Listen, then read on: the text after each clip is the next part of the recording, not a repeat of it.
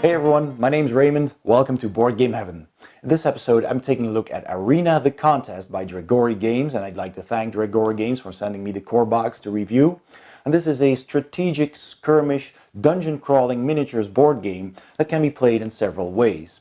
There is a competitive mode where you play team versus team, with 2 or more players playing 4 characters or 3 characters each, much like a MOBA style game, and there's a cooperative mode where you play against an AI in either a single scenario, a boss battle, or an entire epic campaign. I'll give you a short overview of how to set up the game and how to play it, and then I'll give you my final thoughts. To set up a PvP game of Arena the Contest, you take the board with the pre-printed side up, the other side is blank, and you put it in the middle of the table. Next, both teams pick a color and they roll the dice to decide which team gets to select their first hero. So the winner of the die roll chooses first, and the teams take turns choosing their heroes. Each team must have 3 or 4 heroes. Both teams must start with the same number of heroes, and only 1 hero of each combat role may be in a team. There are 7 different combat types in the game. 6 of those are in the core game, 2 of each class, and 1 combat role was a Kickstarter exclusive. There's the Brute, a savage striker who deals huge amounts of damage. There's the Tactician, nimble combatants who benefit from allies and disable enemies. There's Tanks, powerful defenders who taunt enemies and protect allies. There's Healers, who are reliable supporters who heal and boost allies. There's Shooters, deadly strikers who excel at ranged combat. There are Controllers, resourceful combatants who disable and attack multiple enemies. And the exclusive Bruiser, who are resilient combatants who fight back enemies and withstand lots of damage. So the core box comes with these 6 and another set of these roles, so you have 2 of each. There were 2 Kickstarter exclusive Bruisers who were added to the Imperial box, and 2 more added to the Hydra expansion. And the Heroes and Dungeons expansion again has 12 heroes, 2 of each of the 6 core classes. After choosing your 4 heroes, grab each hero's hero kit consisting of a hero pad, which is this card with all the stats of that hero. That hero's attack cards, which has its primary attacks with a silver border, and its special attacks with a gold border. You take each hero's miniature, and depending on your team's color, you take the team's die and your hero tokens and you flip them to the color corresponding to your team. Each team also takes a special ability token, which is double-sided. And then from a set of 7 special heroic action cards, each team secretly picks 2 cards, chooses those, and places them next to their Heropads. There are 2 of these decks, so players can choose the same actions and players won't know which actions the other team has selected. As an optional rule, you can also play with scrolls and artifacts. Artifacts are special items that have special abilities to enhance your heroes, and they have a level, and each hero can only equip 1 artifact. So like selecting heroes, you roll dice, and then taking turns, each team selects artifacts from the stack until they have enough cards, and their levels may not add up to more than 6. So you could take a level 3, a level 2, and a level 1 artifact and distribute them among your heroes. Scrolls are basically special effects that you can use just like your special abilities, and you put all the scroll cards on the table, and again, teams alternate picks until both have picked 12 cards each. Both teams shuffle their 12-card decks and put them face down. Then they draw 3 scroll cards and assign them to 1 or more heroes in the team without revealing them. You can use a scroll by spending your special ability token, and then the scroll card is discarded. And every time a hero dies, its team can draw 2 additional scroll cards from the deck and assign them to heroes in any combination.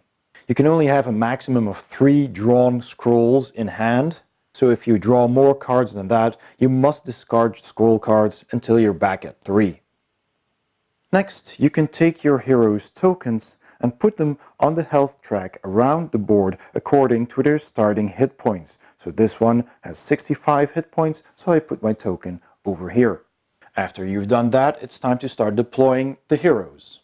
Both teams roll the die, and the winner chooses one half of the battle grid, so either this or that side of the board, and places a hero on one of its squares. That hero will also be the first hero to take a turn for that team. Then teams take turns deploying heroes until all heroes are placed, and turns will follow the order in which the heroes were placed. So to track that, arrange your heroes' Heropads in that order from left to right. Then you take your team token and put it on the first character to play. And after you've played a turn with that hero, you place your token onto the next to track your progress. Teams alternate turns, so after playing this character, then the other team plays their first character, then I play this character, etc. Should one of your characters fall in battle, it is removed from the game and you continue playing with the others.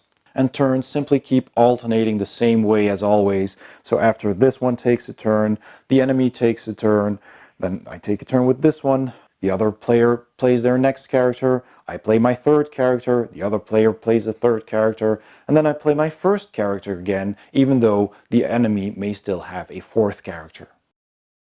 Alternatively, you can set up a PvP game by using this side of the board, and then each team picks 5 tiles, and then they roll a die, and the starting team then takes one of the tiles and places it on the board. And then alternating turns, both teams place tiles on the board until all tiles have been played. Tiles cannot be played adjacently or on top of each other. To set up the board for PvE, you simply take the quest guide and then pick one of the quests to play and follow the instructions in the booklet. In this case, I picked the Lava Citadel, which is an introductory quest, and that quest has a board that is sold separately as an add-on. But you can, of course, simply use the board from the core game and set up the tiles as indicated in the book. The quest book has an introduction. It tells you the primary and possible secondary objectives and how much XP you get for that should you want to play the campaign mode. It describes the mission, the foes that you will encounter and their stats, any events that might happen, and all the components that you will need to set up the board. So after you've set up the quest board, either using the tiles from the core game or the 3D elements from the Heroes and Dungeons expansion, or in this case this map that already has everything pre-printed on it, just like a PvP game, in PvE you have to choose heroes with 4 different combat roles. And you can also choose 2 heroic action cards that you can use during the game. You need 2 of these red aid tokens, a team token, a time tracking token, and XP token. And you put the XP token at 0. And missions you play after the first one might begin with this token at another number, as you must move it according to the experience points you gain and spend. The timer token is used in quests that have a certain number of rounds that you can play. And these red aid tokens are used to revive an ally. And just like in PvP, the special ability token gets flipped around whenever a hero uses one of their special abilities, and only gets flipped around back after another player has taken a regular turn without a special ability. You deploy your heroes on the starting space, which is always a tile with a staircase. Each hero puts their life marker on their starting hit points. You take the first villains you encounter and place them on the board, and also take their tokens and put them on their starting health. You take each hero's die and you're ready to play. Let's take a closer look at the Heropad. In the top left, you can read the character's name and combat role, the combat role icon and color, the character's hit points, a character's basic attack, a character's defense, and lastly its movement. The 2 primary attacks are listed, and you also have matching cards, as well as the 2 special effects, of which you also have matching cards. Now, hit points are of course the number of damage you can take, A basic attack is something that all heroes have, and it's either ranged or melee. Your defense stat is the minimum roll required on a die to hit the hero, and the movement is of course the number of spaces you can move on the board. A hero can be moved orthogonally or diagonally in any combination up to the number of movement points it has. Diagonal movement is not allowed through the corners of squares occupied by barriers such as walls, so you cannot move diagonally from here to here, but you can go like that. But it is allowed through obstacles and other combatants. But more on movement later. Basic attacks and primary attacks can always be used, but each hero's special attacks can only be used once during a game. After making a special attack, flip your team's token to the no special side. Your team may now not make any special attacks until the team token is flipped back again. And this happens when the next hero on your team ends its turn. So it basically always has a cooldown period of 1 turn.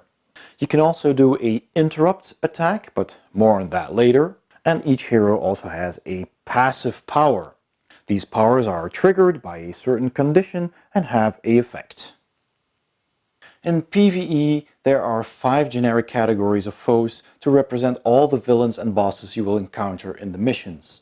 There's the melee sentinels, the melee soldiers, the ranged snipers, and the warlord. And finally there's the boss, which comes with its own boss pad. Villains always have a card, a token, and a miniature in corresponding colors. Bosses have a boss pad, a token, their attack cards, and a figure. These figures will represent all the enemies you will encounter in the PvE part of the game. And the Imperial Box expansion will add figures that actually fit the description of some of the enemies. So in this case, sometimes you will encounter orcs, or dwarves, zombies, golems, and more. Foes' actions are always guided by the evil power card in case of villains, or boss spell cards in case of bosses. Foes will always move the shortest and safest distance to reach their target, meaning they won't step on lava or incite a reaction attack unnecessarily. And if a foe cannot attack after moving because it's too far away, then it will spend its prime action with an extra move, trying to get adjacent or as close as possible to the target. Villains will always make the best available attack. And if more than one course of action is within the rules, then the players decide which will happen. You draw an evil power card each round at the start of the first foe's turn, and only if there are foes on the grid. If they've all been used, you shuffle and make a new pile. And these cards feature specific commands that usually last a round, and the basic strategy is to attack the nearest hero. Then if there is a tie, they attack the one with the lowest hit points among them, and if the tie remains, then players decide which hero gets attacked. Some quests also use fate cards, and you draw a card at random to determine the event or situation. When killed, villains drop a flask. To indicate this, you take the villain's token and place it on the place where he died, and that indicates that there is a flask there. And flask will give its bearer some kind of special ability when consumed. When a hero is adjacent or on top of such a token, they can spend a movement point to pick up the flask. You then draw a random card from the deck and keep it next to your hero pad. Each hero can own a maximum of 2 flasks at a time. And uncollected flasks disappear when the last hero to act on the round ends its turn. And in PvE, there is no turn order for the heroes. A round is simply a set of all the heroes and all the foes' turns. The heroes always start the round, and after all heroes have taken their turns in any order, then all foes take their turn. So let's talk about the things you can do on your turn, which is the same in PvE as in PvP, and it's all explained on this leaflet here.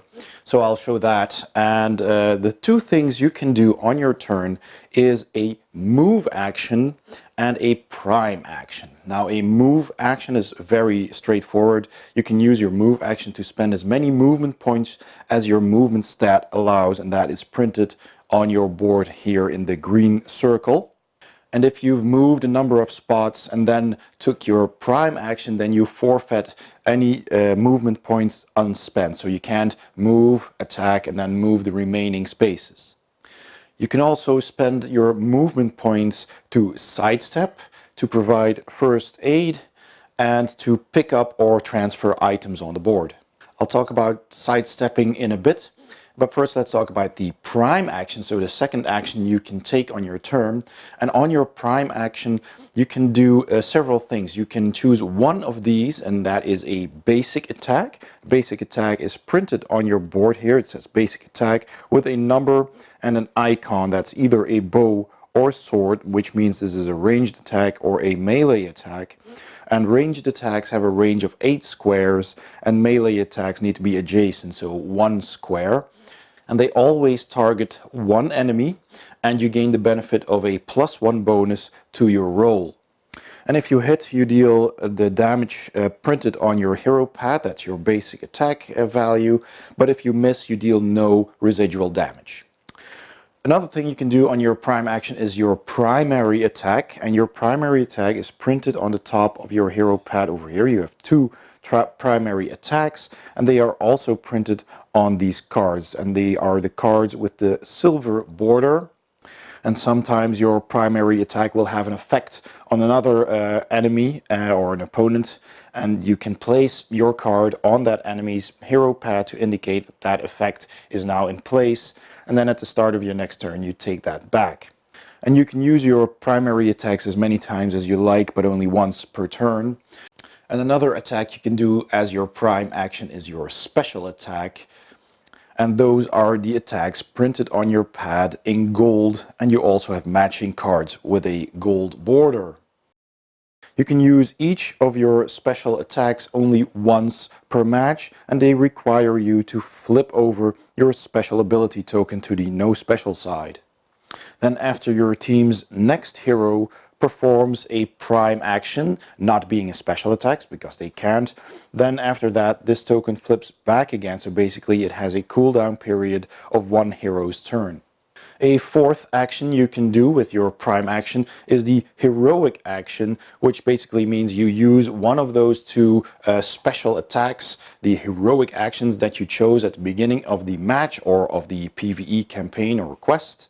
And just like the special actions, you can only use those once, and they also require you to flip over the special ability token. And finally, as a fifth option for your prime action, you can use it to do an extra move action. So basically then you could take 2 move actions on a turn. So I previously mentioned you can use your move action to sidestep, and sidestepping has something to do with what is called a reaction attack, which is an advanced rule. And a reaction attack is basically what you in D&D know as an attack of opportunity. And this can be triggered in two ways. Let's say this is an enemy character from the other team, if you're playing PvP, and that character wants to do a ranged attack to this character, for example, but this character is also adjacent to this character, and these 2 are on the same team.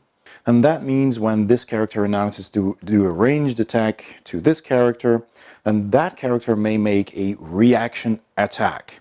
And another action that will incite a reaction attack is when you're adjacent to an enemy and you're trying to leave that space around that enemy with a regular move action, then that enemy can do a reaction attack. And that reaction attack is basically an interrupt attack.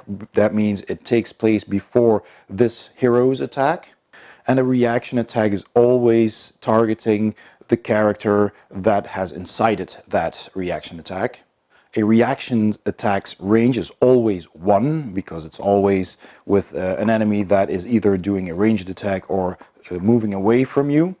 And it deals damage equal to your base attack stat.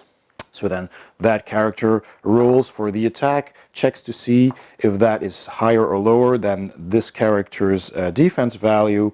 And if you hit, then you deal that much damage equal to your basic attack, but if you miss, there is no residual damage. But it does have an extra effect, and that is that the targeted character will lose 1 movement point on that turn. A character can only make 1 reaction attack per turn, but the character can incite multiple reaction attacks if it has been flanked by multiple characters. So back to the sidestepping move action. If you use your move action to sidestep, then you have to spend your entire amount of movement stats that are on your card, so that's your basic movement, and you spend all of those points to sidestep, and then you can move 1 space away from the adjacent enemies without inciting a reaction attack. And if you're in the same team, say as an adjacent hero, so these are all on the same team and these are on the enemy team, and I want to sidestep, then I can move into a square that's occupied by one of my teammates, and when that happens with a sidestep, then the characters switch places, which can be handy if you're a ranged character and you have a melee character standing next to you, to put that melee character in range ready to fight and then perhaps move away again. There are a few movement restrictions. So let's say I'm standing next to a wall and an obstruction, then I cannot move diagonally around a corner. I have to move orthogonally, but I can move diagonally through obstacles such as the lava, and also sideways through other combatants. I cannot move through a space that is occupied by an enemy combatant, so I can't move through this space, for example. But if this was an ally, then I can move through. Aside from reaction attacks, there are several other advanced rules that you can use. One of them is to use focus. Now, whenever you're making a ranged attack, so let's say this character is going to make a ranged attack to that enemy character, and I have no combatants, either allies or enemies, within 3 squares of me, so in this case that would be the case, then I can forfeit my entire move action and any benefit allowed moves, if any, and then I will focus, and that means that my target is considered to be exposed. And being exposed is a condition. I'll explain all the conditions this game knows later. But being exposed means that the target takes -3 to their defense stat. You can also mob an enemy. So if this yellow character is an enemy and we've got 2 allies here standing next to this enemy and they are trying to attack, then this character is considered mobbed when there is at least 1 space between the allies. So they have to both be adjacent to the target and not be adjacent to each other. Because thematically, basically when they're both standing on the same side, he could focus his attention on both of them. But when they're kind of like flanking him in this or in this way, then he has to divide his attention to either one of these combatants, and that means that the other one can basically surprise him, and that's called mobbing. And in that case, the enemy is also considered to be exposed. The mob effect is cancelled when an ally of this target is also adjacent to him, because then thematically they can basically cover each other, and then they are no longer considered mobbed and no longer exposed. Now finally, there is something to discuss called vision, which is basically your line of sight. And line of sight happens when you can simply draw a line between one of the corners that your character is standing on and one of the corners of the square that the target is standing on. And if that line is unobstructed in any way, then you have line of sight or vision. Vision is always blocked by barriers such as walls, but not by obstacles, terrains, and other combatants.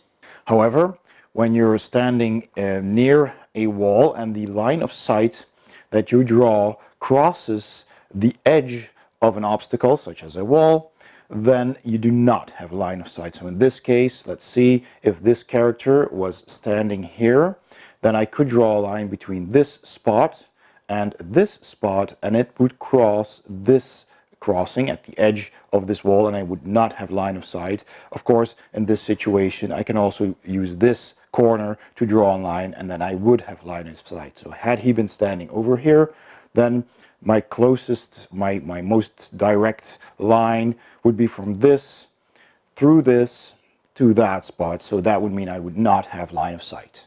And all of that is explained on the quick reference guide that comes with the game. Now we've talked about being exposed, and that's one of the 10 conditions that the game knows. So let's go over all of these quickly. So there's harmful and helpful conditions, and they're kind of like mirror images of each other. So there's cursed and blessed, and when you're cursed you can roll twice and use the worst result, so basically disadvantage, and blessed is advantage, you roll twice and you use the best result. But that can only be applied on primary attacks.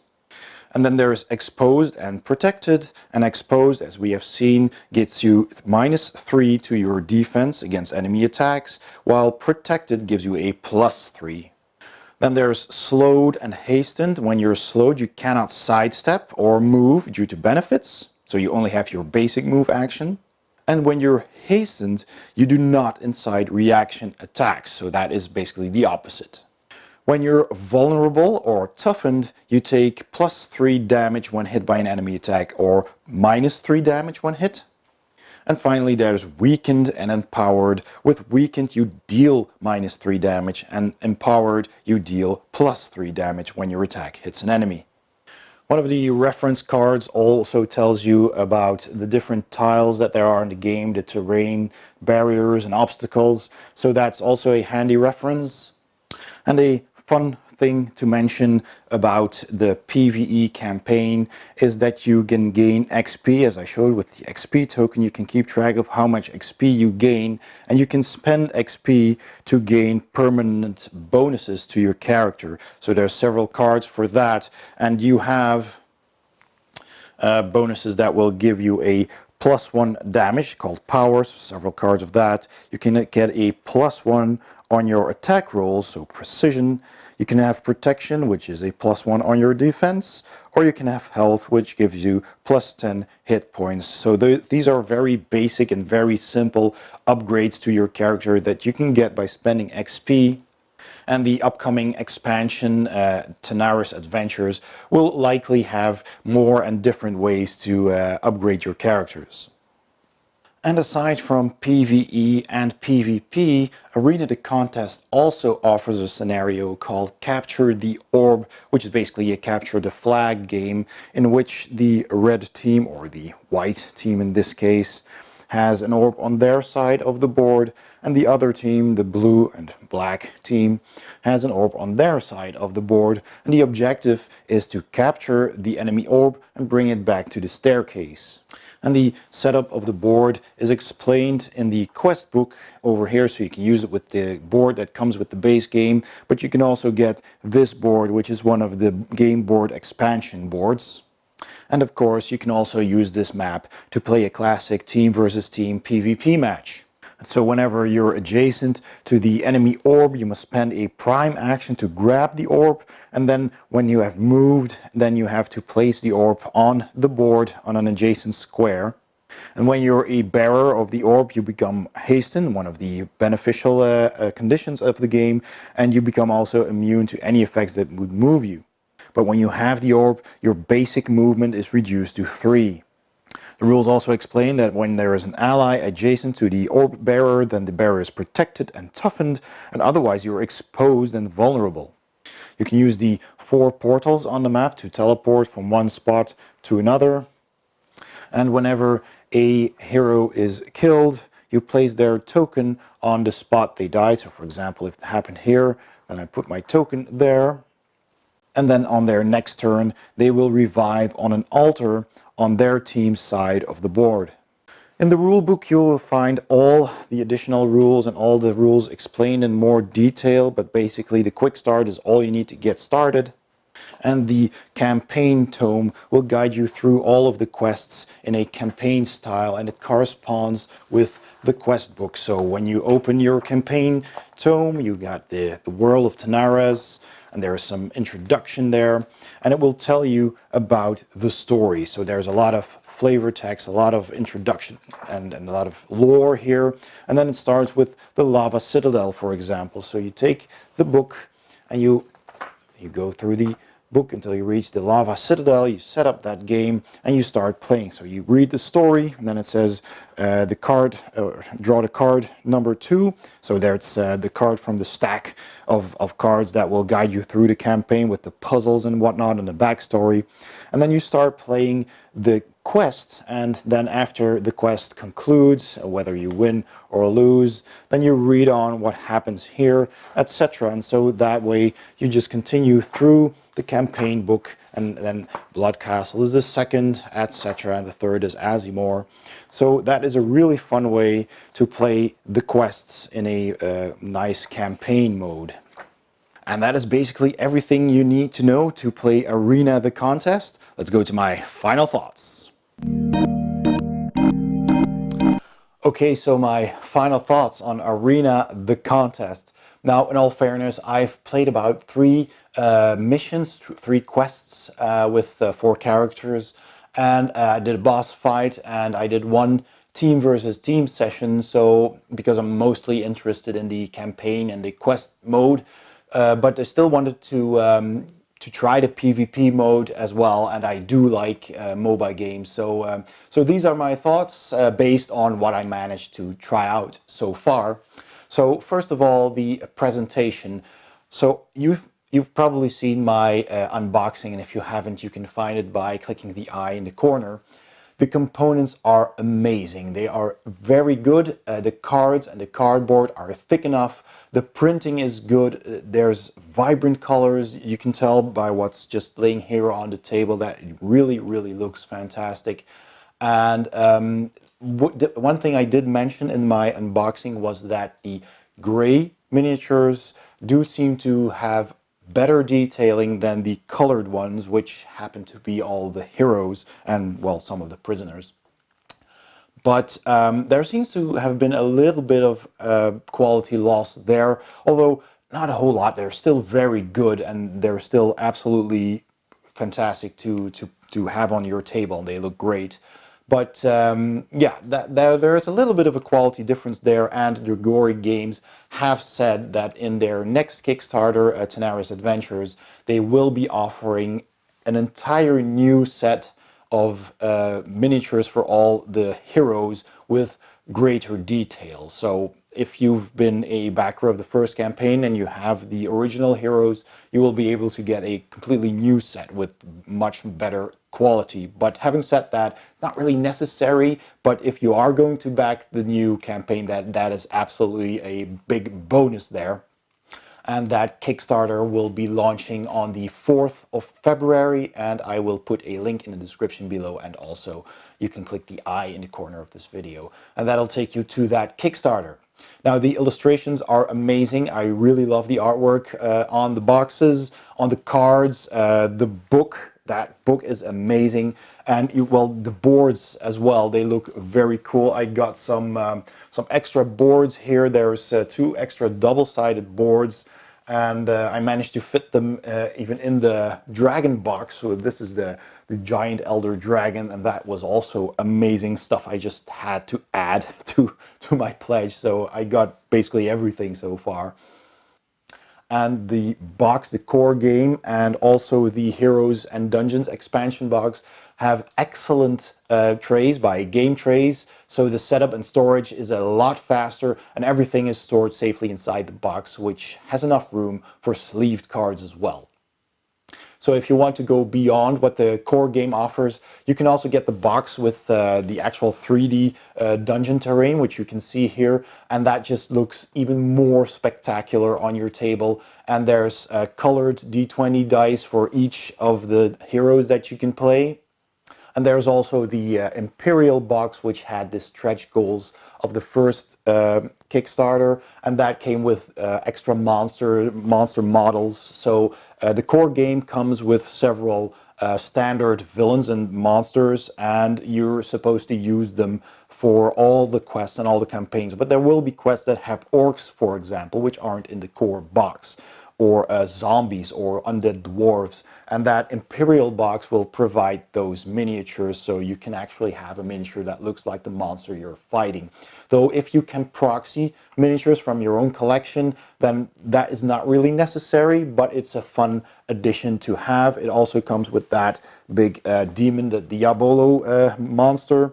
But if you had to choose one expansion to get in addition to the core box, I would definitely recommend the Heroes and Dungeons box, because that adds, I think, 14 extra heroes to the game, which is excellent, and all these 3D terrain walls and levers, and well, that to me really makes the game pop, and that just makes it look incredible. So this would be my first choice.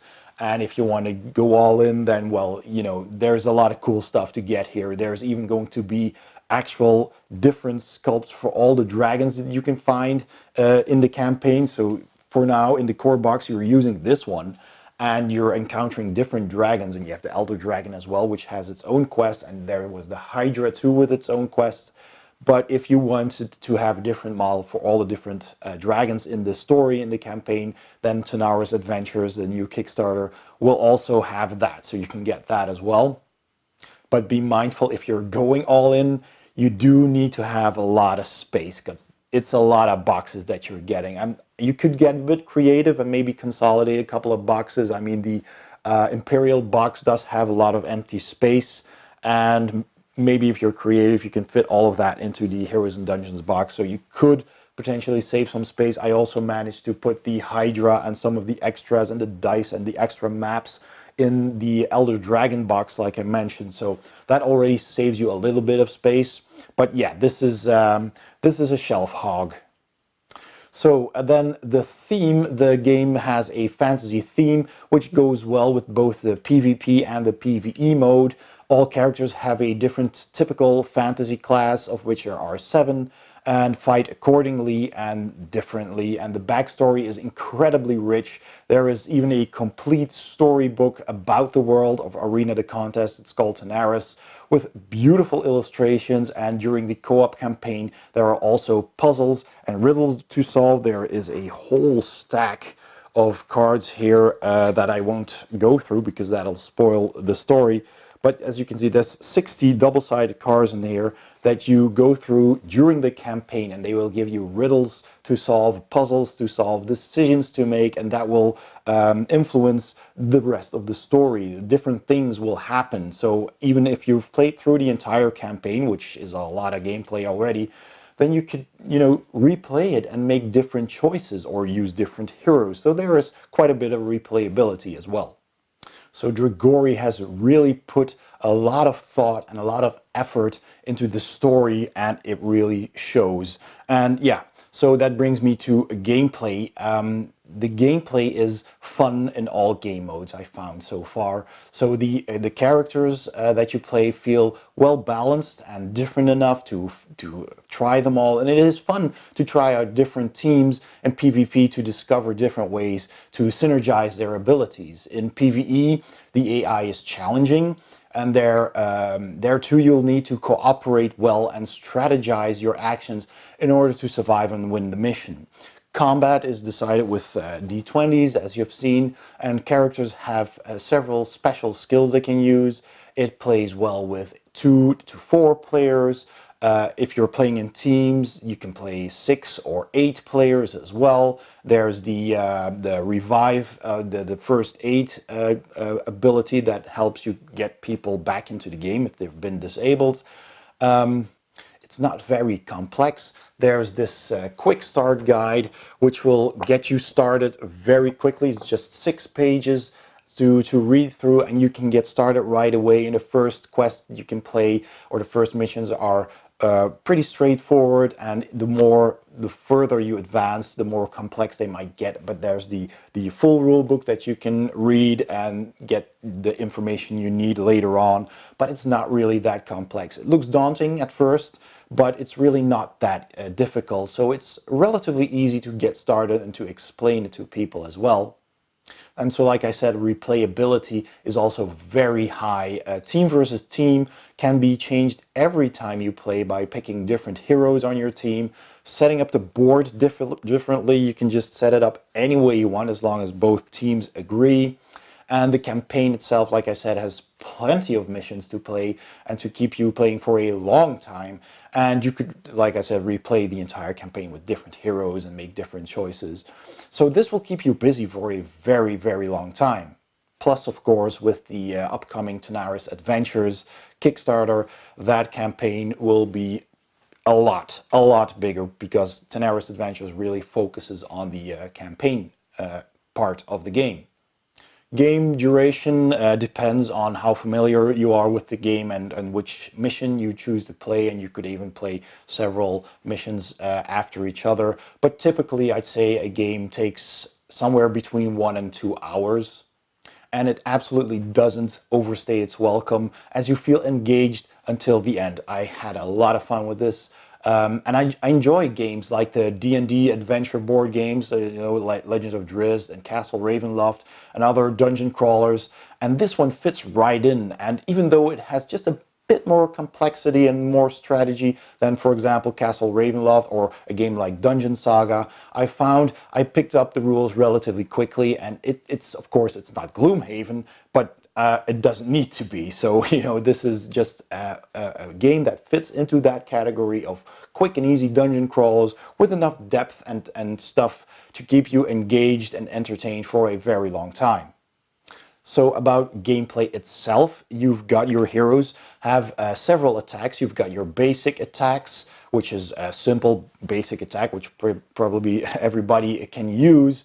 And then there's the primary attack, which is unique to each hero.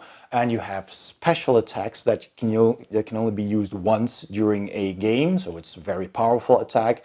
And you also have reaction attacks, which are basically sort of like an attack of opportunity in D&D when somebody is in melee range and moves away from you. So you can do a reaction attack.